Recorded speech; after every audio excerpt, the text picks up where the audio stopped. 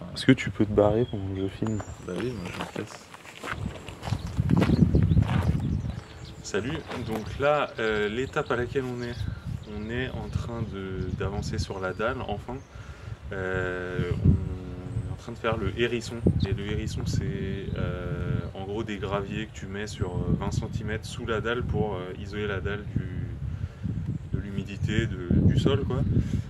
Donc là, on a mis d'abord une première couche de géotextile. Ensuite, le hérisson, on remettra du géotextile et après on met la dalle.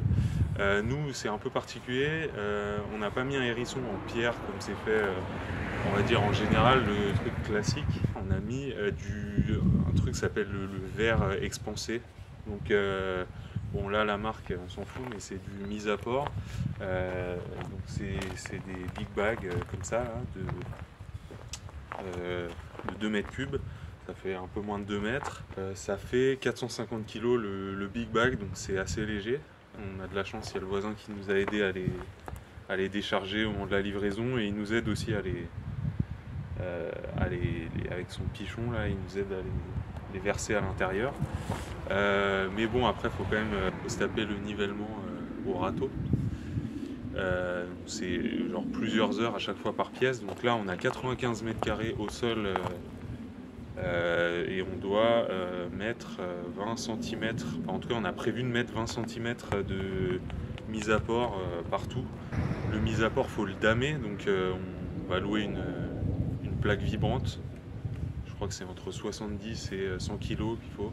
Donc bien sûr, sous le mise à port, il y a les quelques réseaux qu'on voyait sur l'autre vidéo qui passent et le drain. Je n'ai pas trop filmé, mais donc j'ai mis un drain agricole assez petit, un drain de 50, les trucs jaunes là, qui est par-dessus le géotextile pour être du côté propre et je l'ai juste mis dans la cuisine. Et bon, il y a eu une petite inondation là il y a quelques jours et on a vu que ça servait bien parce que toute l'eau, enfin, la maison était remplie d'eau jusqu'à ce que je rebaisse le drain vers l'extérieur et là ça s'est vidé entièrement, donc ça marche plutôt bien. Mais le drain, voilà, on en a mis que dans la cuisine et en fait ce sera pas nécessaire après parce qu'on va faire un drain, pour le coup un autre drain, mais à l'extérieur.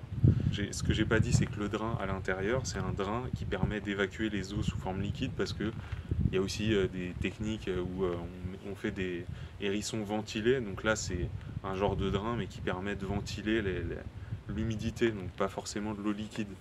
Et donc le drain extérieur, il sera fait dans un second temps. Voilà, ça fera tout le tour de la maison et ça empêche l'eau de rentrer à l'intérieur, ce qui fait que le drain intérieur, normalement, il devrait servir à rien après. C'est pour ça que j'en ai mis que j'ai prévu d'en mettre que dans une seule pièce. Bon, j'espère qu'on m'entend. Donc là, je suis à l'intérieur. Dès que je marche, ça fait un bruit vraiment merdique. Donc je sais pas ce que ça va donner. Puis il y a l'autre connard qui rigole derrière. Donc là, ouais, en fait, ça ressemble à de la pierre ponce, hein, vite fait. Donc c'est du verre qui a été soufflé, je sais pas, à haute température avec des additifs.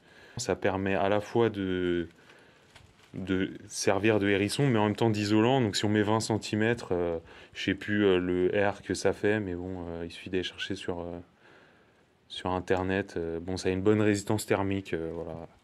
J'en sais pas plus. Donc là, on voit les réseaux qui ressortent. Bon, on n'a pas encore tout mis bien, et puis bon, bah voilà, c'est pas damé, mais et là, on voit plus, mais il y a le drain qui passe en dessous de là. Bon, voilà. Là, on voit. Voilà, il y en a partout. Ce qu'on voit là, c'est la plaque vibrante. J'ai pas filmé parce que ça a aucun intérêt, mais donc j'ai passé la plaque vibrante sur les 95 mètres carrés. Voilà, ça avance bien. C'est un peu galère quand même, faut prendre la main. Mais bon, comme ça fait 80, là celle-là elle fait 90 kilos, bon c'est pas très maniable. Et puis si on la tourne trop fort, etc. Enfin, en fait elle se plante. Et elle fait un trou. Ah, tiens, il y a un oiseau qui vient me casser les couilles. Quoi, c'est le piaf qui vous ulcère? Voilà, ça a été passé partout. Les niveaux sont à peu près bien. Bah, au niveau du calcul, je pensais m'être gouré, mais bon, au niveau du calcul de la quantité de verre expansé, là, bah, au final, il nous reste un big bag qui est un tout petit peu entamé. Donc c'est pas mal.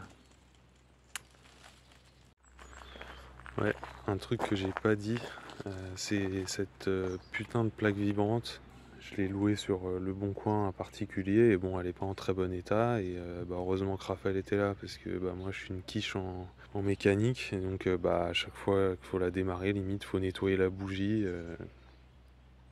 parce qu'elle s'encrasse, ce qui est quand même plutôt mauvais signe. Mais donc voilà, c'est un peu galère. En plus, il y a une pièce qui était mal fixée, on n'avait pas vu, et bah, la vis s'est barrée. Bon, bah, bien sûr, la vis elle est partie dans le hérisson, on l'a jamais retrouvée. Heureusement, bah, encore Raphaël a récupéré une vis qu'il a fallu recouper et tout. Enfin, bref, pour économiser 10 balles, c'était pas pour économiser, c'était juste que c'était à côté de chez moi. Mais bon, j'aurais mieux fait d'aller un peu plus loin et d'aller louer chez un pro. C'est pas pour 15 balles de plus, 5 minutes de détour.